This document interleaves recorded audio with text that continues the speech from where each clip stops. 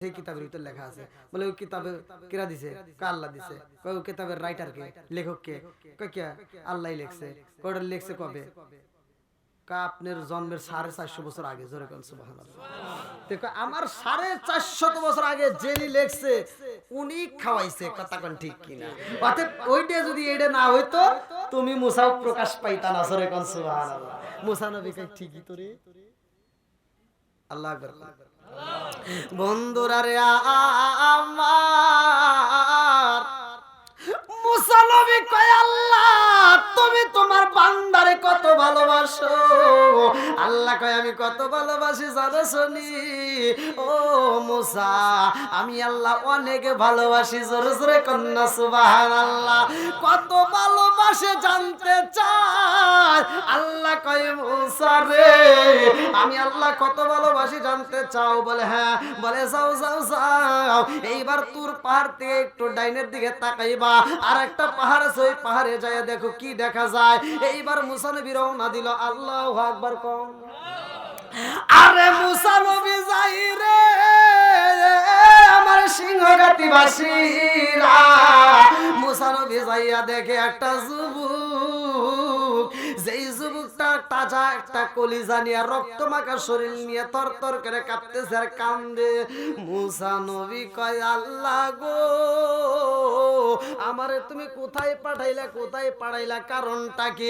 আল্লাহ কয় মুসা রে ও মুসা আমি কেন পাঠাইছি জানো নি? তুমি মুসা কি জানতে চাইছো? বলে আল্লাহ আমি জানতে চাইছি তোমার বান্দারে তুমি কত ভালোবাসো। আমি আল্লাহ সেটাই তোমারে প্রমাণ দিতে চাই। আল্লাহু আকবার। মুসা নবী কয় আল্লাহ তুমি তোমার বান্দারে কত ভালোবাসো এইটাই যদি জানাইতে চাও তাইলে আমার এই পাহাড়ের পাশে কেন দাঁড় করাইলা? আর এইখানে তো দেখি একটা যুবক রক্তমাখা শরীর নিয়ে একটা কলিজা নিয়ে কান্দে। মুসা নবীর দিকে আমার আল্লাহ কয় মুসা ওই যুবকরে প্রশ্ন করো কলিজাটা কার? এইবার মুসা নবী কয় পাগলা রে তোমার হাতে কি দেখা যায়? এইবার যুবকটা তাজা কলিজা নিয়ে কান্দে রে, ছোট পাটি করে কাঁদতেছে আর বলে নবী গো আমার মতো অপরাধী এই জগতের ভিতরে আর একজন নাই। মুসা নবী কয় কারণটা কি? বলে আমি হইলাম পাপী। ও নবী গো আমার মতো পাপী বুঝি এই জগতে আর একটাও নাই। মুসা নবী কয় কারণ কি? কারণ কি? কি জন্য তুমি এত ভয় পাও? এই যুবকটা কান্দে রে আমার সিংহঘাটিবাসীরা। এই যুবকটা থরথর করে কাঁদতেছে আর বলতেছে নবী গো আমার হাতে যেই কলিজা দেখা যায় গো নবী এই কলিজাটা কার জানেননি? মুসা নবী কয় এই কলিজাটা কার? এইবার যুবক কান্দে আর কয় নবী গো এই কলিজাটা হইল আমার জনম দুখুনি মায়ের। মুসা নবী কয় না পারবার দূরে সইরা যা রে, মায়ের কলিজা কেমনে নিলি, তোর হাতে কেমনে আইলো বুঝে আসে না। আল্লাহ কয় মুসা মায়ের কলিজা তার হাতে কেমনে আসলো তারে একটু প্রশ্ন করবা। আল্লাহু আকবার। মুসা নবী ডাক দিয়ে কই পাগলা রে তোর হাতে যেই কলিজা দেখা যায় রে পাগলা এই কলিজা তোর মায়ের কলিজা কেমনে তোর হাতে আইলো? এইবার যুবকে খান্দার কয় নবী গো ও নবী গো এই কথা আমি কেমনে বলবো? আমার মতো পাপী বুঝি এই জগতে আর একটাও নাই। আমার জীবনে আমি যেই পাপ করেছি গো নবী এই পাপী মুখটা আমি আল্লাহরে কেমনে দেখাবো? আমার ভয় হয়, আমার ভিতরে ভয় লেগে গেছে। আমার এই পাপী মুখটা বুঝার কাউরে দেখাইতে পারবো না। মুসা নবী কয় কারণটা কি? কারণটা কি? পাগলা কয় নবী গো ও নবী গো আমি একটা মেয়েরে ভালোবাসলাম, যেই মেয়েটার প্রেমে আমি পাগল হইলাম। ওই মেয়েটা আমারে পরীক্ষা করার জন্য বললো আমি যা বলবো তুমি তাতে রাজি আছো নি? আমি সুন্দরী মেয়ের প্রেমে পাগল হইয়া বললাম তুমি আমারে সেই পরীক্ষা দিবা, ওই পরীক্ষাতে আমি পাস করব, ওই পরীক্ষায় আমি পাস করব, আমাকে তুমি পরীক্ষা দিতে পারো ও সুন্দরী। তবে আমার শর্ত হইল আমি তোমার পরীক্ষায় পাস করলে তুমি আমার বিয়ে করবা। মুসা নবী কয় কি এমন পরীক্ষা দিল? যুবক কান্দে আরে কই নবী গো আগে বুঝি নাই গো নবী, অপরাধ হওয়ার পরে বুঝা পালাইছি। আমি ওই সুন্দরী মেয়ের প্রেমে পাগল হইয়া নবী গো পরীক্ষা দিতে চাইলাম। ওই সুন্দরী মেয়েটা বলল তুমি যদি আমারে বিয়ে করতে চাও, তুমি যদি আমারে পাইতে চাও, এক নাম্বার শর্ত হইল তোমার জনম দুঃখিনী মায়েরে হত্যা করতে হইব, তোমার মায়েরে কাটতে তার কলিজাটা আমারে গিফট করতে হইব, পারবানি? আমি সুন্দরী মেয়ের প্রেমে পাগল হইয়া গো ওই মেয়েটার কথায় আমি রাজি হইয়া যাই। হুজুর আমি রাজি হইয়া আমার মায়ের কলিজা কাটবো, আমার কাছে ছুরি নাই, অস্ত্র নাই, আমি জনম দুঃখিনী মায়ের কাছে দাঁড়াই। আমার মা বয়স্ক মানুষ হয়ে গেছে গো নবী, আমার মায়ের কাছে যাইয়া বললাম মা গো পয়সা আছে নি, মুদ্রা আছে নি, আমার তাড়াতাড়ি দাও। আমি মায়ের কাছ থেকে টাকা নিয়া বাজারে যাইয়া ছুরি বানাইলাম গো নবী। এই ছুরি বানাইয়া যখন আমি বাড়ির দিকে রওনা হইলাম, আমার পায়ের শব্দ পাইয়া আমার জনম দুঃখিনী মা ঘরের ভিতর দিকে আওয়াজ দেয় বাবা আইসোনি। ও জাদু তুমি তো খাবার খাওনি, তাড়াতাড়ি আসো খাবার খাইবা নিয়ে। আমার জনম দুঃখিনী মায়ের প্রতি একটু মায়া লাগে নাই নবী গো, নবী গো। আমি মেয়েটার প্রেমে পাগল হইয়া এইবার লম্বা একটা ছুরি আমি পিছনে নিয়ে মায়ের সামনে দাঁড়াইলাম।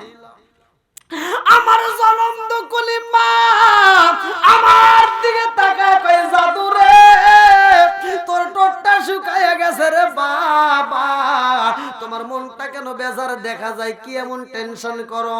আমি তো মায়েরে বলতে পারি না মা গো আমি কি চাই তুমি জানো না। আমি বললাম মা গো ও মা আমি একটা জিনিস চাবো দিবানি। আমার জনম দুঃখিনী মা আমার দিকে তাকায়া কান্দার কয়ে জাদু রে ও জাদু আমি জনম দুঃখিনী মা এই পেটে তোমার 10 মাস 10 দিন গর্ভে ধারণ করলাম।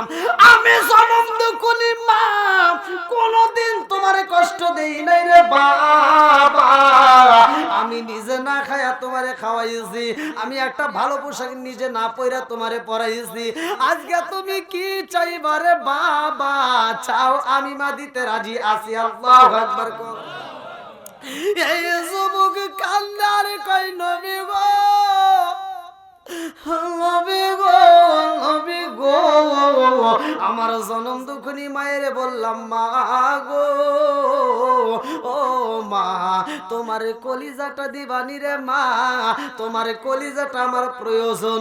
আমার জনম দুঃখিনী মা আমার দিকে তাকায় একটা মুস্কি হাসি দিয়া কই জাদু রে তুমি আমারে পরীক্ষা করতে চাও রে জাদু, আমার কলিজা তুমি কেইটা কাইটা তুমি কি দেখতে চাও, আমার কলিজার ভিতর কি আছে তুমি দেখতে চাওনি?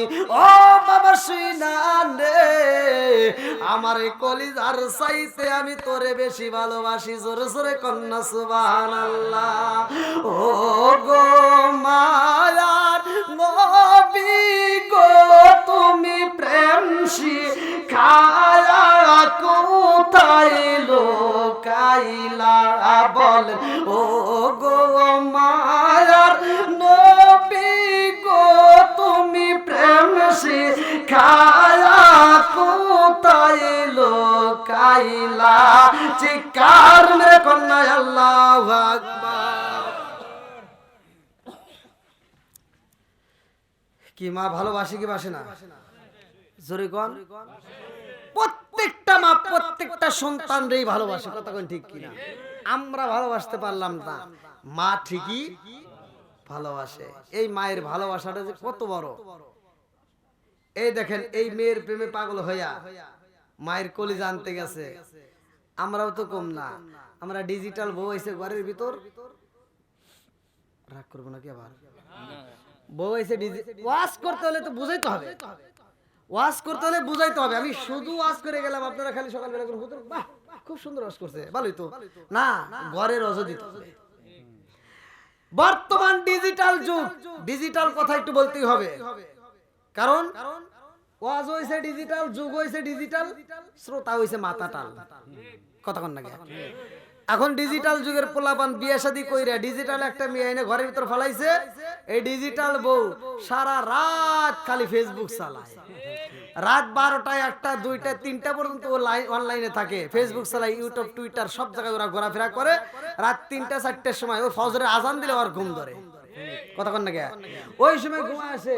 শাশুড়ি তো বুড়ি হয়ে গেছে, আর তোর চোখে ঘুম নাই, ঠিক মতো ঘুমাইতে পারে না, ওই রাত 3টার থেকে কুটুর কুটুর করে, মানে ওটা আতাই এটা আতাই, বোঝেন নাই। ওরা তো ওই পান খায়, বুড়ো বুড়ি হয়তো বাইসে থাকলে গল্প টল্প করে, আর তা না বুড়ো যদি না থাকে, বুড়িতে একা একা ভালো লাগে না। ফজরে আজান দেয়, যায় ফজরের নামাজটা পইরা দেয়, বৌমা তার ওঠে না, বুড়ি যায় নিজে নিজে ঘর দেয়, এরকম করে ঝাড়ু দেয়, কত কষ্ট করে করে ঝাড়ু দেয়, দেয় তাও ওঠেই না, কি করবো। আবার যায় চাউলটা নিয়ে চাউলটা তুলে দেয়, ভাতটা রান্না করে, তরকারিটা রান্না শেষ, আমার ডিজিটাল লক্ষ্মী বউ এবারে ঘর থেকে উঠতে গেছে। সকাল 10টার সময় ওইটা বিরাসটা হাতে রেখে, আম্মা কথা কয় না গেলে,